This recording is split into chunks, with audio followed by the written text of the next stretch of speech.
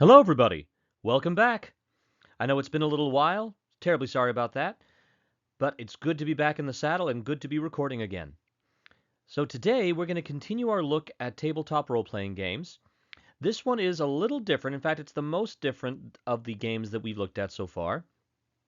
So far, the games we've looked at have been D20 base, or based on Dungeons & Dragons D20 rules.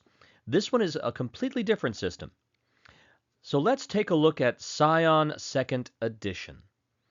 Now, when I first heard of this game, it was still in 1st edition, but the way I always think of this game is, what if somebody wanted to play Percy Jackson and the Olympians, the role-playing game?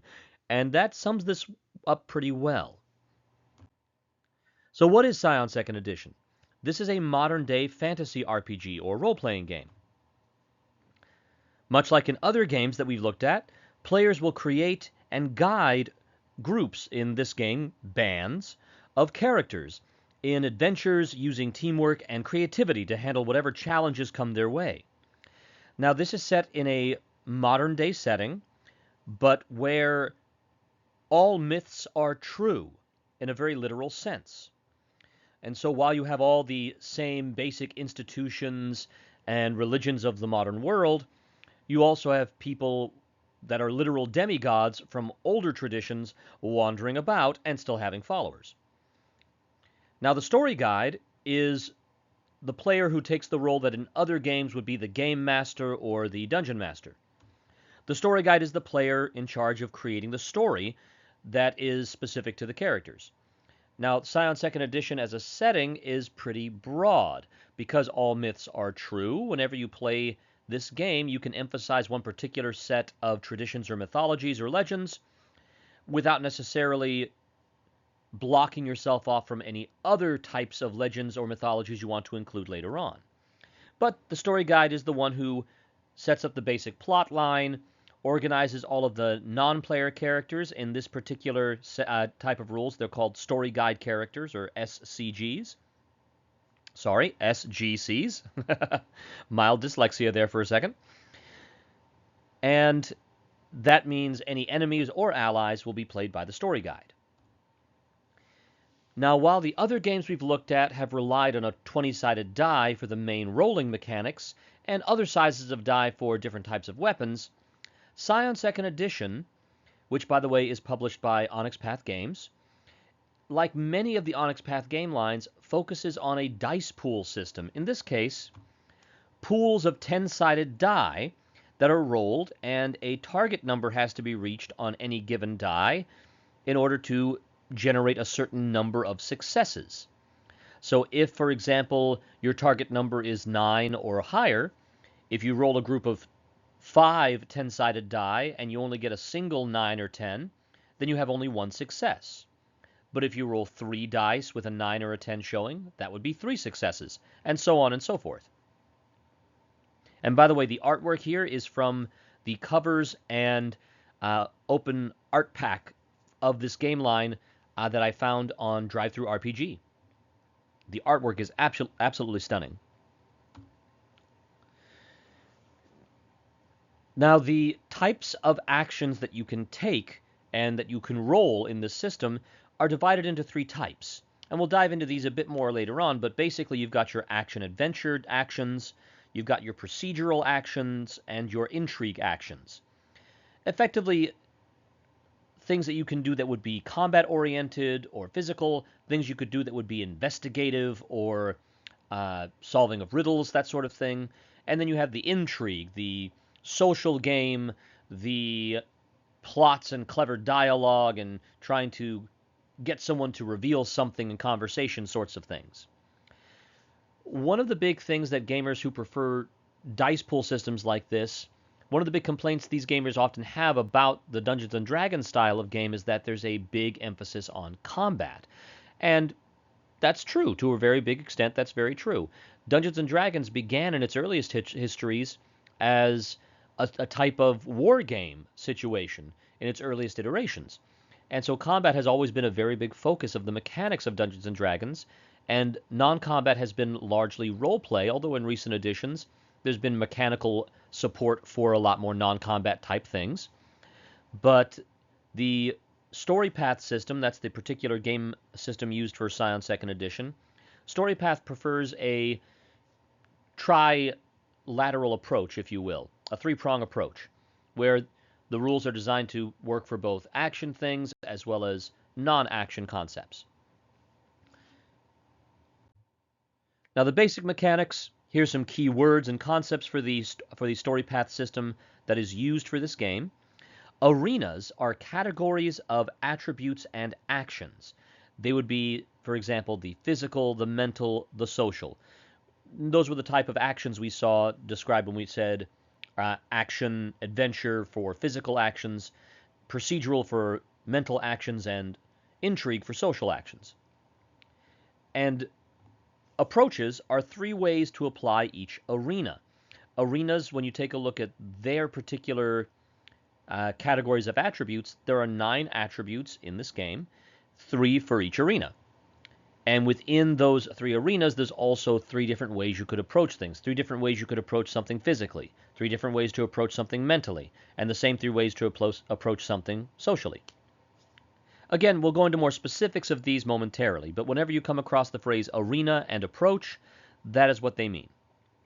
The dice pool is literally the pool or collection of 10-sided die, and the way you determine how many dice to put into a pool is to take the attribute the character is using and the skill they are using and add the ranks of both of those together, and that gives you the number of dice you put into your pool. And here's our faithful 10-sided die. So a success. Each D10 that hits the target number, that target number could be 7 or higher or 8 or higher, depending on the tier or level of your character. And you can spend these successes on stunts. Sometimes you only really need 1 success for something to happen, but if you have a big dice pool, then you can spend those extra successes to activate special abilities or to trigger certain special attributes. An enhancement is a bonus success that you get if you roll at least 1 success. So for example, if my character gets a +1 enhancement to combat rolls, and I roll my dice pool and I get at least 1 success, well, I have a +1 enhancement.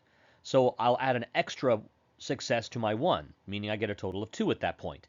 And any other successes I might have, I can then spend on stunts and such. The 10 again rule.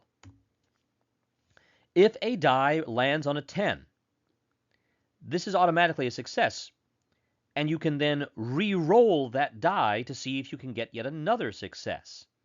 Now, I haven't been able to do this myself, but I've seen live plays and seen actual plays in person. I've seen plays live where somebody has rolled a 10-sided die and it's come up on 10 multiple times in a row. That can have an explosive number of successes that you can add to your action, whatever it is, and can really make it feel like something out of an epic movie or epic adventure. A complication is a penalty or a problem, and quite frankly, you need to buy it off with successes.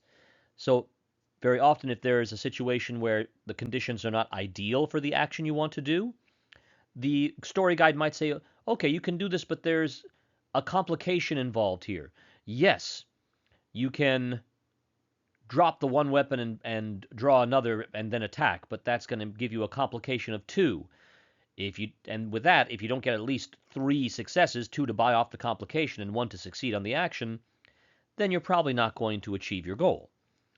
But sometimes you might have consolations. We'll get to that momentarily. And the difficulty is simply the number of successes you need to succeed on a particular roll. And the consolation I mentioned earlier, this is a helpful minor side effect of failure. One of the things the story path system tries to do is it tries to give you some literal consolation prize if something you try doesn't work out. Maybe you don't hit the target you're hoping for in your combat, but maybe your attack or your weapon zooms past them and triggers the alarm that will cause the authorities to show up and make your enemy flee, things like that. Momentum is a type of consolation. It's a it's a currency, a fuel. And if you fail on something, you might get momentum in return. And indeed, if you want to, you could willingly say, I think narratively it would be better for the story if my character fails this action. And the story guide might say, okay, well, in that case, you're going to earn momentum. And momentum is put into one pot. It's a group resource for the whole party of players, for the whole band of Scions. And any member of the group, with the group's permission, can spend momentum to add dice to their dice pool. Now, a botch is a dice pool that once rolled shows no successes, and at least one of the dice also rolls a 1. This would be the story path equivalent of a critical failure from Dungeons & Dragons. Just like hitting the 10 again multiple times might be the equivalent of a critical hit, a natural 20, in a D20-based system. Now, legend is the individual measure of power of a character in this game, how strong they are supernaturally, but that legend ranking is also a gauge of your supernatural fuel that you spend for your abilities. So if I have a legend ranking, or rather my character has a legend ranking of 3, I would have 3 legend I can spend before I run out of legend.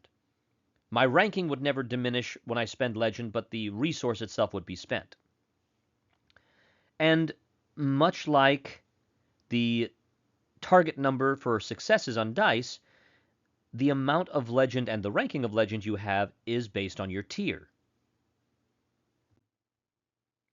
Now, attributes and skills.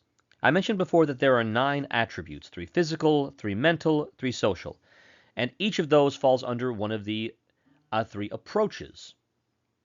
In the physical arena, we have might, which is the force approach. This is the direct, I'm going to bash through the door, or I'm going to break the lock instead of trying to pick it, sort of thing. Dexterity is the finesse approach of physical attributes. And this is the situation where you would try to pick the lock, or discreetly hide something, or be stealthy and quiet, that sort of thing. Stamina is the resilience approach to the physical arena. This is where you take the licking and keep on kicking, so to speak. And these are the 3 approaches you'll find in every single attribute arena. Whether it's direct use of full force, whether it's the careful manipulation of the arena's particular area of expertise, or whether it's endurance and resisting effects or resisting damage, things like that. In the mental arena, we have for our force approach pure intellect, brain power. Cunning, this would be the ability to, or rather describing how someone is able to take pieces of information and then find a clever way to use them, sort of thing. Resolve, this would be your ability to keep focused on whatever it is you're doing mentally, regardless of outside distractions or temptations. In the social arena, for the force approach, we have presence. This is a combination of social magnetism, of, you could argue, physical attractiveness, although it doesn't have to be, but basically just how much you naturally sway people around you with just the force of your personality. In the finesse approach to this arena, we have manipulation, and that's just like it sounds. It's convincing people, either through argument, or through rhetoric, or through outright deception and charm. And then we come to composure, and this resilience approach to social attribute in the social arena of attributes. This is how you stand fast against interrogation, against social pressure, against people telling you, even though you know something is the wrong thing to do, people trying to tell you it's the right thing to do. Things like this. Now, in skills, we have quite a range of skills in this system and in this game. And I should note that we will take a look at another story path system game in a later video, and the skills are not the same. They have similar functions, and there's the same number of skills between the different story path games, but the naming is altered to match the aesthetic of the particular game setting.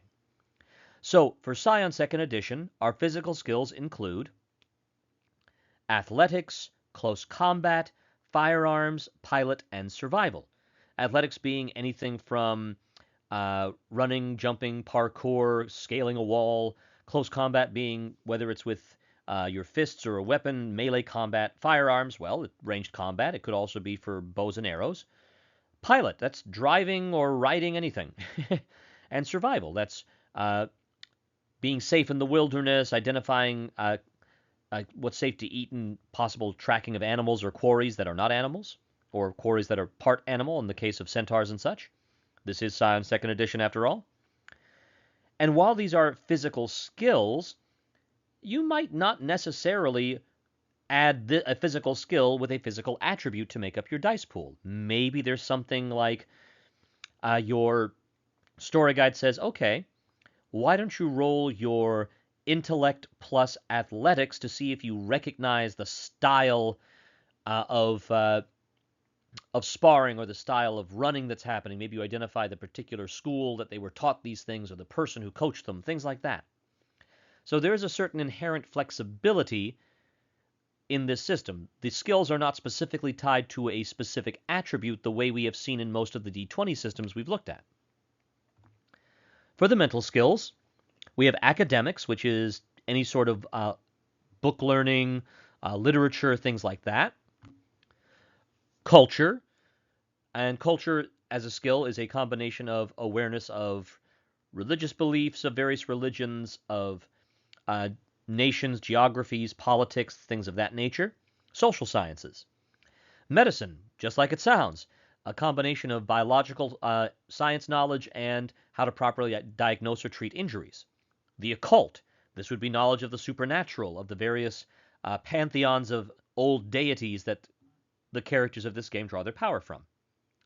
Science, this is everything from chemistry to physics to engineering. Technology, how to use and program computers and machinery, theoretical or even applied types of engineering, things of that nature. For social skills, we have empathy, which can be everything from being able to tell someone's mood to being able to tell if they're lying. Integrity, which is usually the skill of withstanding social pressure or intellectual pressure. So you might have integrity plus resolve or integrity plus composure, maybe even integrity plus stamina for certain narrative or cinematic moments. Leadership. Leadership is going to be the skill of command, whereas persuasion is the skill of wheedling someone or convincing someone of something. Leadership is when you try to pull out their best nature or get them to see you as a figure of authority, not someone they have to argue with or be convinced of, but just someone who they believe knows the right thing to do. And then you've got subterfuge, which is, well, quite frankly, lying, but could also be stealth in certain areas, hiding or being silent, things of that nature. Again, it just depends on which of the attributes you want to add to the skill, and that defines how you're using the skill. By the way, again, I love this art. What we've got here are some of the signature characters. The figure at the front of the presentation with the firearm that was crackling with thunder, that's Eric Donner, a scion of Thor, or a demigod of Thor. Over here, we've got Donnie, who is a demigod of Aphrodite. And we also have Yukiko. That's the figure in the black leathers holding the green sword. That sword, by the way, is very special in Japanese tradition. So, Yukiko, by the way, is a scion of... I want to be sure I pronounce this properly. This is the Shinto deity of sea and storm. I believe it's Susanoo. Please forgive me for that pronunciation. I'm still trying to learn proper pronunciation in Japanese. But the sword she's holding, by the way, that is Kusanagi, the grass-cutting sword. And the wings you see Donnie wear, that's a reference to Icarus. And yes, the thunder-laced pistol that Eric Donner is holding, that is heavily influenced and based on Mjolnir. And speaking of signature characters, we have here Brigitte, who is a scion of the Baron Samedi, a very important figure in the traditions of Haitian Vodun. And given this particular character's skill at combat in some of the fiction in the various source books, let's talk about combat or the action-adventure type of actions. Now, when we talked about Dungeons & Dragons and Adventures in Rokugan for 5e, and I believe we also talked about, yes, Everyday Heroes. We talked about Everyday Heroes. Those D20 rolls that we use in that game heavily focus on combat, and non-combat things tend to have either a separate rule set or are largely roleplay with the assistance of some skill checks. But as I said, StoryPath does things a little differently and tries to give a sort of order of actions for all three types of scenarios you might find yourself in. Time in StoryPath action is separated out into turns. Once every character has had a turn, that is one round, and the scene is just however many rounds it takes to finish. Initiative is rolled by making a pool of dice with a specific combat skill you will often choose, or the game master, story guide in the system might choose a particular combat skill, and then you'd add your cunning attribute to that skill ranking, and that's your dice pool.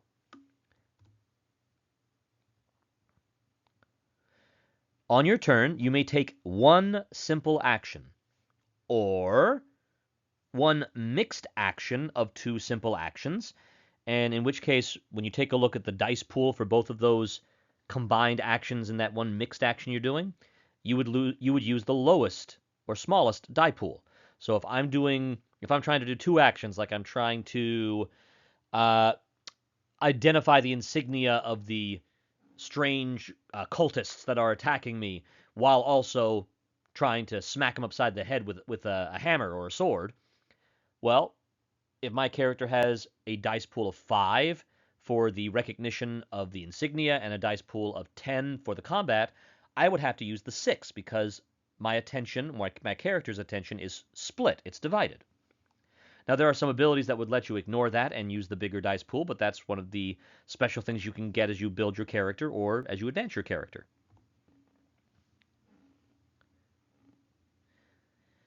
Now, just like there are bonus actions in D&D, what we have in the StoryPath system is a reflexive action. And you can take any reasonable number of these that you like, but they have to be reasonable, and you can't do the same two twice. Now, to resolve an attack if you make an attack action, what you do is first declare the target and create your dice pool. The target gets an opportunity to declare defense, which means they get to roll defense on one attack against them, and every character's defense is calculated during character creation, and that tells you the number of dice you roll. And then once you roll, you spend successes and enhancements to beat the defense of the target. Any extra successes after you've bought off the defense can be applied to stunts. Inflict damage is a stunt, and it gives an injury condition or fills up an injury box on the target. And then once you resolve the attack, you decide that you actually hit, you resolve the damage.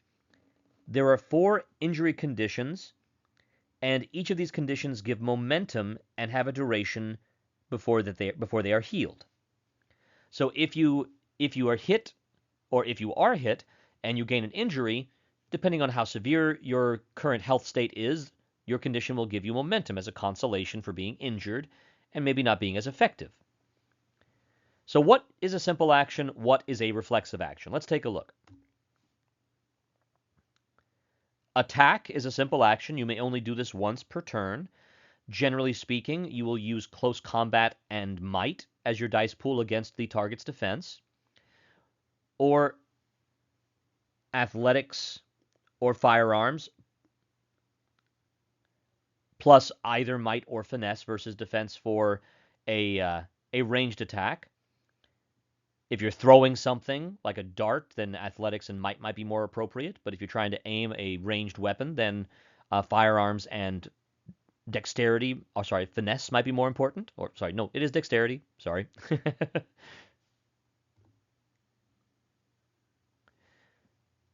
You can choose to chase someone, and we've seen a version of chase mechanics over in Everyday Heroes, as I recall.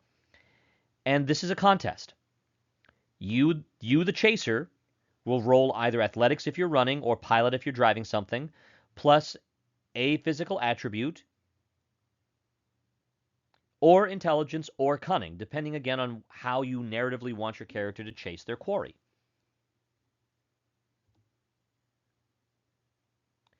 Oh, and by the way, when I say contest, I mean the person you're chasing has to roll a pool of dice based off the same formula, and just like in combat, both sides roll. You, the chaser, have to buy off the enemy's successes until you succeed. Disengage. Maybe you're getting overwhelmed and you want to try and dip out of the fight. Well, you need to roll athletics plus either dexterity or might versus the might plus close combat of the person you're trying to disengage from.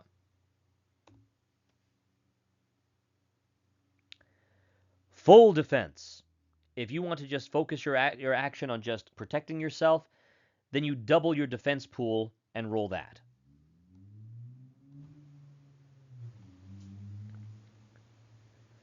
Rush. This is effectively charging after you move. And using cover to give yourself extra defense or to make it impossible for someone to see you or target you directly. Now, reflexive actions. Activating a knack. A knack is a special ability that you can gain either during character creation or through advancement. And not every knack is a reflexive action, but most of them are. Moving is a reflexive action. So you can move once per turn, but if you choose as your simple action to rush, that lets you move an additional number of range bands. That is another unique feature of the StoryPath system.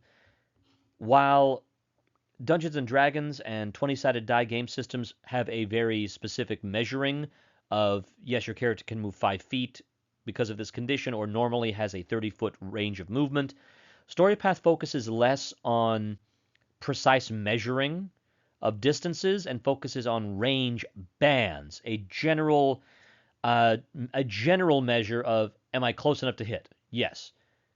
Am I far enough? Are they far enough away that I can throw something at them but not hit them with my fists? Yes. Things like that. Now, if the attacker doesn't want to contest your disengage, then disengaging is just a reflexive action. You can also drop to the floor, stand up, drop something that you're holding. Those are all individual separate reflexive actions. Now for the procedural and intrigue types of scenarios. And by the way, the fellow with the eye patch on the far right-hand photograph, that is another signature character named Horus. And he is a Scion of, if I recall correctly, Horus. His name is spelled Horace, and he is the Scion of the Egyptian deity Horus, Horus. So what constitutes a procedural role or procedural actions? Well, they could be information gathering for leads and clues. And yes, those are two separate things.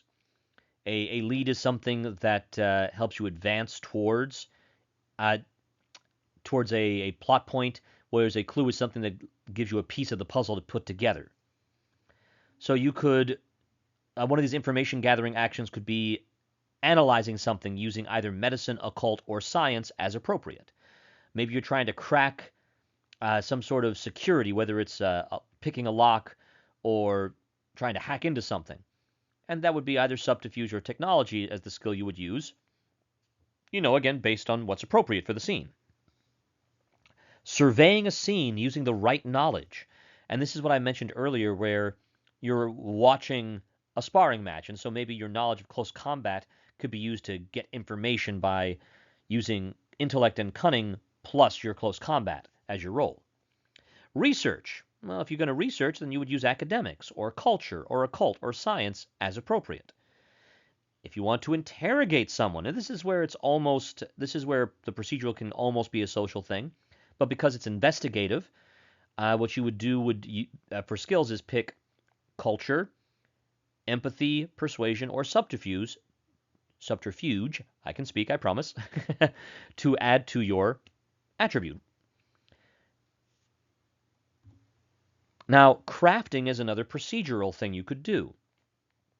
The goal is to make an object, and every object you make has a tier. The higher the tier, the more complicated it is to make, but the more cool stuff the object can do. Completing a crafting requires milestones equal to the tier.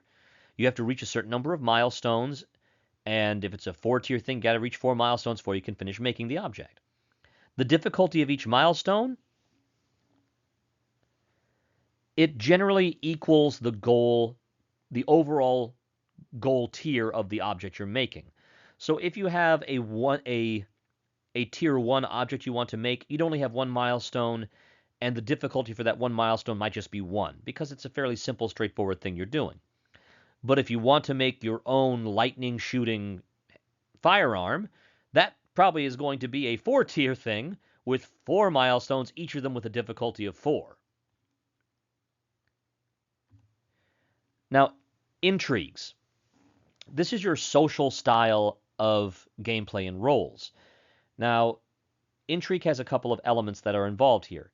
Attitude is a positive or negative trait that every character you interact with will have. And it will be either a low positive or negative at a rank of 1, or a high positive or negative at a rank of 5. A lot of what intrigue actions do is to try and alter the attitude of someone so that they will be open to something, or so that you can manipulate them into doing something. So the attitude of someone gives you an enhancement equal to the rank of the attitude. So if you're trying to convince someone that already likes you, that already has say a positive rank 3 attitude towards you, you're going to get a +3 enhancement to any sort of persuasion roll on them, because they already like you. They're already disposed to agree with you and follow your lead. Now, atmosphere, which is ranked at 1 through 3, atmosphere can raise or lower the attitude of someone in a given scene temporarily. For example, even if someone likes you really well, if they bust into a crime scene and you're there holding the stolen money or the murder weapon, that's probably going to put a damper on their positive attitude towards you, equal to the rank of the atmosphere that's generated. Influence, like crafting, involves overcoming milestones, but in this case, instead of milestones equal to the tier level of the thing you want to craft, you have to overcome milestones equal to the attitude of influence. To the attitude you want to influence. So if someone has a negative attitude rank 3 against you, and you want to change that attitude, you've got to overcome 3 milestones, because they don't like you very much, or they don't believe you very much. Now, when you influence someone, you're encouraging behavior with persuasion, or perhaps leadership. Or maybe you're trying to encourage belief in yourself or in something else through empathy and persuasion, or leadership or subterfuge, depending on whether you want to do things honestly, or with good persuasive argument, or just with emotional resonance. Now, you can shift attitudes with empathy or persuasion. You can shift atmospheres with culture or leadership, like taking a commanding stance on the scene, declaring yourself to be innocent, or saying, under the law, I'm innocent until proven guilty, things like that. And you can use culture or empathy to read what the attitude someone has towards you is. That way you don't go in blind. Now, bonds are relationships that characters build, and in fact, as part of character creation, you form bonds with your bandmates. But you also have bonds that are unique to you with other story guide characters. Each bond has a pool of successes equal to the lowest rank attitude of the bonded characters towards each other. And you can spend these successes to help you with things, but when you spend all of them, that can really hurt. Scale is a measure of how massive a character, event, or power is. And it's divided into narrative scale, in which That's literally just a multiplier you add to the successes or to the static trait to show just how much impact something has. And then there's the dramatic scale, the enhancement on actions against narratively important characters or objects. Apply half of this to the static values if we're talking dramatic scale. And the scale in Scion 2nd edition goes from 0 to 6. And if it's a 0 rank scale, then there's no impact, pardon the pun, it's just straight dice roll. And this would be in terms of size, the size of a normal person, the speed of somebody who's running, and the average leadership and persuasive ability of somebody. But if you're an elite scale, if you're an elite rank 1 scale, then if you roll successes while you're an elite to convince someone, well, then you double the number of successes. If you're trying to talk about scale in terms of size, well, rank 1 scale is the size of a bus or a troll, but rank 2 is the size of a giant squid, and rank 3 is the size of a blue whale. It's a giant, literally. Rank 4 would be, which is called godlike in Scion terms, that's the size of the Grand Canyon, or the White House, a landmark, a monument. Rank 5 would be something like the biggest skyscraper in the city, just something absolutely overwhelming. And Titanic would be, well, the size of a mountain. And you get similar scaling of speed as you go from 0 to 6, and with leadership, as I said before. A higher scale attacker can buy the inflict damage stunt 1 extra time for each scale rank the attacker has above the target. So if a rank 1 character is being attacked by a rank 3 monster, well, that rank 3 monster has 2 ranks more than the character. That means it gets to buy the inflict damage stunt 2 extra times for a total of 3 times. That one attack is going to hit like a truck because it might be delivered by something the size of a truck.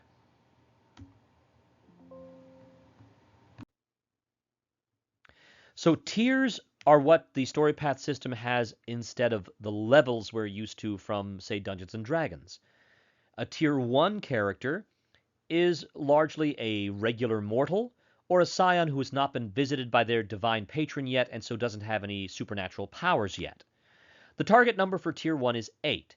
8, 9, and 10 are considered successes on your dice roll. Now, tier 1, the pre-visitation scion stage, maybe you'll play that as a prequel game or a prelude game, but the feeling I always get is that a lot of people like to jump straight into being a full visited and realized scion, and that starts you at tier 2. The target number remains 8, but scions are now considered heroic in terms of their abilities. They have the full access to their abilities as a scion, that is to say, a demigod. But there's also other supernaturally powerful mortals that could fit into tier 2. They're sometimes called saints, prophets, sorcerers, and then, of course, there's denizens, which are supernatural beings that are not, shall we say, fully human at all. And there's also a supplement that lets you play draconic heirs, demi-dragons, effectively.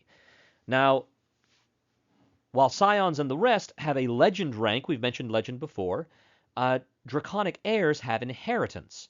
Mechanically, it provides the same sort of gauge of supernatural strength and the same reservoir of resources for you to use for your powers. At tier 2, you start with a legend or inheritance of 1, and as you gain a certain number of milestones or experience, you gain legend or inheritance. That is to say, your rank in each of those increases. It can increase up to a rank of 4 before you have to leave tier 2, because once you get to either legend or inheritance 5, you're in tier 3. For tier 3, the target number becomes 7, so now a 7, 8, 9, or 10 is a success. This is going to increase your chance of succeeding in just about every roll. And if you're a scion, you're often given the title of full demigod at this rank. And scions and their friends, the saints, the prophets, and the sorcerers, their legend ranking from tier 3 goes from 5 and can rise up to 8 before they get bumped up to tier 4. Dragon heirs are given the title of Lesser Worm in this tier, but they can raise their inheritance up to 9 before they get bumped up to tier 4. This is an indicator of just how much crazy shenanigans a Legend 9 Scion can get up to. At tier 4, while the target number remains 7, Scions have undergone a form of apotheosis to effectively become the equals of their divine parents or patrons, and it's possible for some saints or sorcerers to achieve this level as well. Now, the legend ranking for a tier 4 character starts at 9 and goes all the way up to 12. The only inheritance rank available for full dragons is inheritance 10. And by the way, in this picture over here, we see the signature character of Little Mao engaging in a sparring session with some of his spiritual guides. Mao is a scion of the Chinese pantheon, by the way. Now we come to the character creation portion. As I've said in other videos, character creation is one of my favorite parts of any role-playing game, and let's dive into how scions and dragons are created. First, of course, you have concept. What is this character you're making? Is it a conniving demigod of Loki? Is it a noble scion of King Arthur? And yes, there are rules for making a King Arthur scions, or at least people with the mantles of those knights. That's a whole separate supplement. And you also choose deeds. Deeds are important in the story path system. These are goals that your individual character and your group, your band, have. Achieving these goals is what lets you level up effectively, gain another rank in legend or inheritance, which in turn gives you the ability to choose more supernatural powers. It might also be milestones that will generate experience points that let you effectively gain more special abilities, things of that nature. Although, as I recall, in Scion 2nd Edition, it's mostly these milestones that you reach that help you get to your next goal in terms of new abilities to gain. I remember now, and I've got my book open, XP experience points are generated, and they are used to purchase a certain number of things like attributes and perhaps even changing your favorite approach, which you choose a character creation, or buying more skills and knacks. The milestones that let you raise legend, your legend scores would let you choose more supernatural powers. Although some knacks are supernatural, I suppose. Now, you choose 3 paths. Each of these paths is associated with 3 skills. You have an origin path, which describes what you were doing in your early life, your education, the neighborhood you grew up in, that sort of thing. Your role, which is the role you play in the current adventure. Are you a close combat expert? Are you a detective? Are you a medic? Things like that. And then the third path is, if you're a scion, what pantheon are you descended from or a part of? If you're a dragon, what particular flight of dragons are you a part of? If you're a denizen, what kind of supernatural being are you? Things like that. Now, rank your 3. At this point, you would rank your 3 paths as a primary, secondary, and tertiary path. You get 3 dots to assign to the skills of your primary path, 2 to assign to the skills of your secondary, and 1 to your tertiary path. So that means in your primary path, you could add 1 dot or rank to each of your 3 path skills for the primary path, or put 2 into one and 1 into a second one. For your secondary, you can put 2 into a single skill or split that between 2 skills. For tertiary, 1 dot, 1 skill. You will then get 5 additional dots that you can add to any skill, whether they're a part of your paths or not. If you end up with a skill that has 3 or more dots on it, you get a free specialty. Attributes. To calculate your attributes, every single attribute starts at a rank of 1.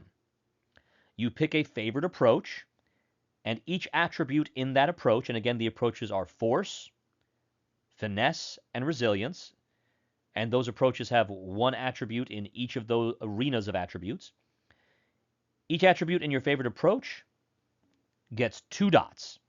So right away, you're going to end up with 9 attributes at 1 dot, and then 3 of those attributes are going to end up with 2 additional dots and put them at 3 right from the get-go. Remember, these are Scions. These are mythic heroes. And by the way, these attributes usually go on a scale from 1 to 5. You then assign arena dots. Just like you did with your paths, you prioritize your arenas. Maybe your character is very physical. Maybe they're very mental. Maybe they're very social. Whatever the case, give 6 attribute dots to 1 arena and divide them up as you need. 4 attribute dots to a second and 2 dots to a third. And then finally, add 1 dot to any attribute you like. From the start, you're going to end up with a pretty well-statted character, whether it's balanced and everything's about the same, or whether you really hammer it into one. At this point, we now start getting into some of these special abilities. You choose 3 callings related to your pantheon or supernatural path.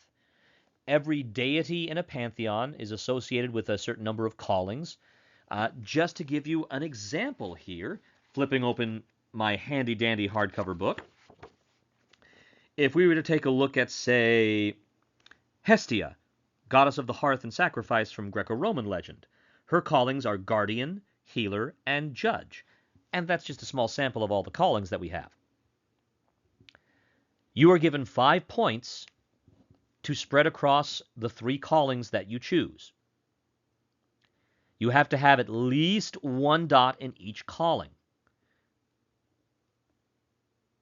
Now, not every calling has to be from your patrons list, but you need to have at least some. Once you have these dots in your callings, you get heroic knacks equal to each calling's dots. Each calling has a collection of knacks or special abilities. So if I have, say, 2 dots in Guardian, I would get 2 Guardian knacks. Dragons will get 2 additional draconic knacks in addition to these calling knacks. And the draconic knacks are things that reflect draconic physiology and supernatural abilities. Now we come to the birthrights. Think of these as feats from Dungeons & Dragons. There's different kinds of birthrights, and you get 7 dots to spend on them. Now, then we come to the big meat of things, the supernatural powers. For Scions, these are called purviews, and the specific powers within a purview are called a boon. For dragons, we have draconic magic types, and within each of those draconic magic types, there are specific spells. Scions get 2 purviews. One that is the purview of the entire pantheon, and one from their parent. And if they spent birthrights on relics, or perhaps guides, they could get an additional, a third purview from that relic birthright, or perhaps from a guide birthright. Now, if you have a birthright from a relic, it's not innate to you, and you can only use it while you're holding that relic or while you're under the guidance of that guide. You then pick 2 boons, exactly 2 boons. And they can be from any of the purviews you have, whether it's an inherent purview or something from a relic. Now, these boons might cost legend to activate, whether it's spending it or whether it's just dedicating legend to something. And as long as that legend is dedicated and powering it, you can't use that legend for anything else. Dragons get 3 draconic magics. One from their flight, one from their specific ancestor. Again, this is very similar to the Scions and their purviews. And then they can get any third one, and this is not tied to any birthright.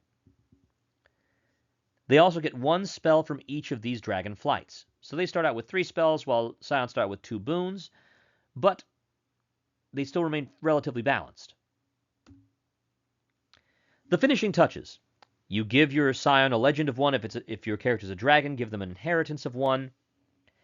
And then you provide the 2 opposing virtues of your Scion's pantheon, or the 2 opposing remembrances of your draconic heir's flight.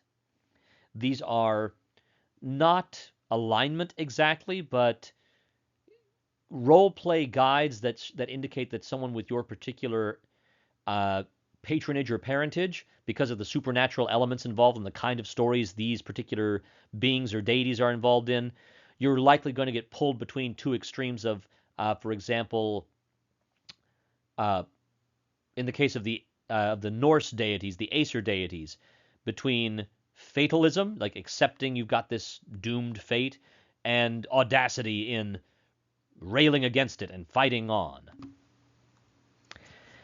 And then you gain a certain number of health boxes based on your stamina.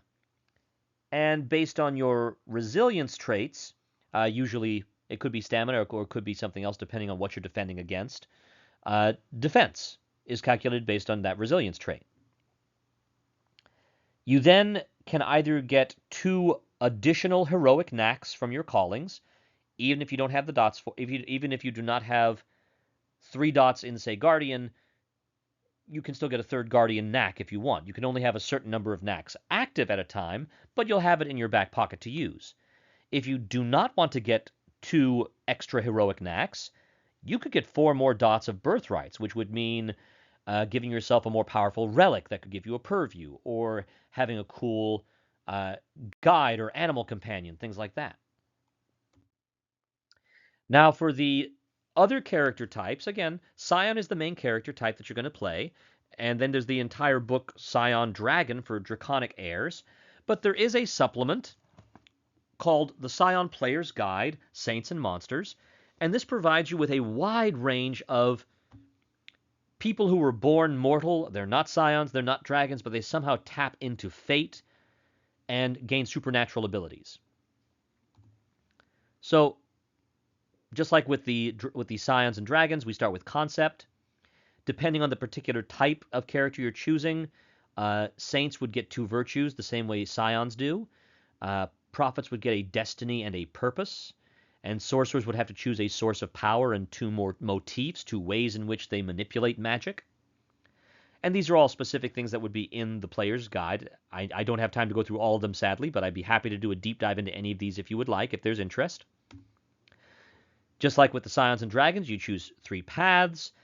Since none of these guys are actually Scions, they would instead choose, hey, my path is I am a saint of these virtues or of a culture similar to this pantheon. Now, the prophet might actually choose a pantheon that they're connected to. Sorcerers would just, they would choose a sorcerer's path, saying, hey, I'm a self-taught sorcerer, or I'm a sorcerer of this particular organization, things like that. But you choose your skills the same way, you choose your attributes the same way, and what starts getting different is when you do the callings and knacks or workings for sorcerers. You still choose 3 callings, and they're related to either the pantheon you're connected to or the particular path that you are of, saint, prophet, sorcerer, what have you. Sorcerers, however, do not get callings. This is just for saints, prophets, and other types there. You get 5 dots, just like the Scions, to spend on callings. And you do get knacks the same way as Scions do. Sorcerers don't get callings or knacks. Instead, they get 2 workings, 2 types of magic that they can do, and they know the inherent techniques of each of the workings that they choose. You can purchase birthrights, although there are some limits. Saints, for example, can never access purviews, but they can get 1 boon from 1 purview as for a single birthright. So, for example, a saint might buy a relic birthright, and that 1 relic could give them access to 1 purview, or rather to 1 boon from 1 purview. But they could get additional relic birthrights, different relic birthrights that could give them access to a different purview, but only 1 boon per birthright. And the finishing touches, the saints don't get any virtue score. Their virtue tracker is going to be how they fuel or activate certain abilities. Prophets will get a single legend. Sometimes it depends on the type of prophet they are. There's a couple of options to choose from, but they get no virtues. Sorcerers start out with a legend of 1 to help fuel their magic, but they also have no virtues because they're not bound to a pantheon's virtues. Health and defense are calculated the same way. and you can get 2 heroic knacks for free, or if you're a sorcerer, 2 techniques for free, or get 4 more dots and birthrights, depending on what you want to do. Now, these various templates that I've mentioned before, just to give you a brief rundown of them one more time, the Scion is the default template. They're a literal or adopted child, or even perhaps a reincarnation of an ancient deity from one of the old pantheons of the world. A dragon is a descendant or reincarnation of a primordial dragon, which sometimes are also deities in pantheons. It gets a little murky at that point. A denizen is a supernatural being like a centaur, an Amazon, an elf, a kitsune, anything of that nature. A saint is a gifted mortal who, because there are examples of virtue, are able to tap into fate and even challenge full scions and deities to an extent. Prophets are gifted mortals who receive power and insight from either fate directly or a specific pantheon. And sorcerers are mortals who steal, sacrifice, bargain, or borrow power from, or even use relics, to power magic. The various template subtypes, scions have pantheons, and there's a whole bunch. Just in the core book, you've got the Algonquin pantheon from North America, the Aztec from South America, or if that is to say Central America and Mexico, the Chinese and the Japanese and the Hindu from Asia, the Egyptian and the Yoruban pantheon from Africa, the Greco-Romans, the Irish, and the Norse from Europe.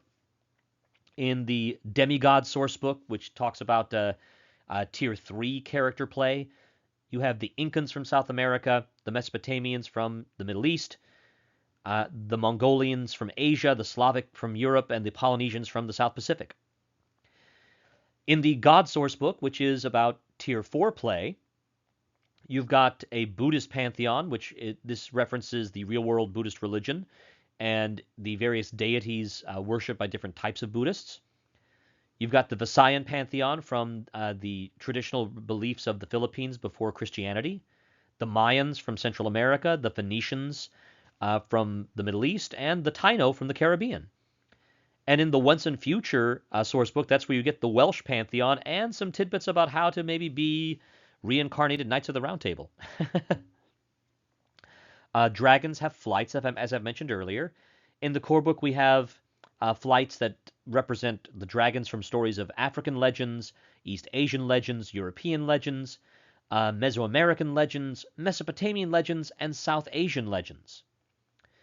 And then in the companion book, 2 additional flights called the Bearers and the Returning were created. Now, these are not tied to any specific geography. The Bearers are any sort of draconic figure that carries the weight of the world on their shell or shoulders. The Returning are, well, just that. Mythic reborn, or even modern-day science fiction creatures. The gifted types, as we mentioned earlier, you've got your saints and your prophets, and the types of prophets you can be are an architect, a herald, a miracle worker, or an oracle. And sorcerers can choose between various sources of power, usually invocation, where you steal power from a deity, patronage, where you actually borrow power from a deity with their permission, and with increasing sacrifices you have to make, prohibition, where you mainline power, but you have to give up meat or always keep your hair shaved or never cut your hair, things like that, and talismans, rings of power, not a reference to the show, or magic wands, things like that. And this is a list of not all, but a large number of the published books of this Scion 2nd edition. It is a fantastic series, really beautiful art, fantastic mechanics. The first time I played this particular series, I played an Irish Scion of the Dagda. It was so much fun. Love it very much. Now, I've asked this before, but what would you like to see next? I haven't had very many responses to these sorts of questions at the end of videos on the comments, but please, if you have a chance, comment in the comment section below and let me know what you'd like to see. Would you like to see a deep dive into character creation from one of the games I've talked about before? Is there another game line you'd like me to take a look at? Is there a deep dive of something in here you'd like to take a look at? Or would you like me to return to some voiceover stuff from when I was doing some readings earlier, or start doing some more videos on history and world cultures, religions, and mythologies, things like that?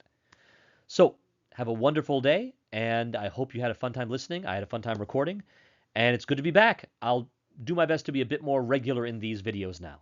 Take care.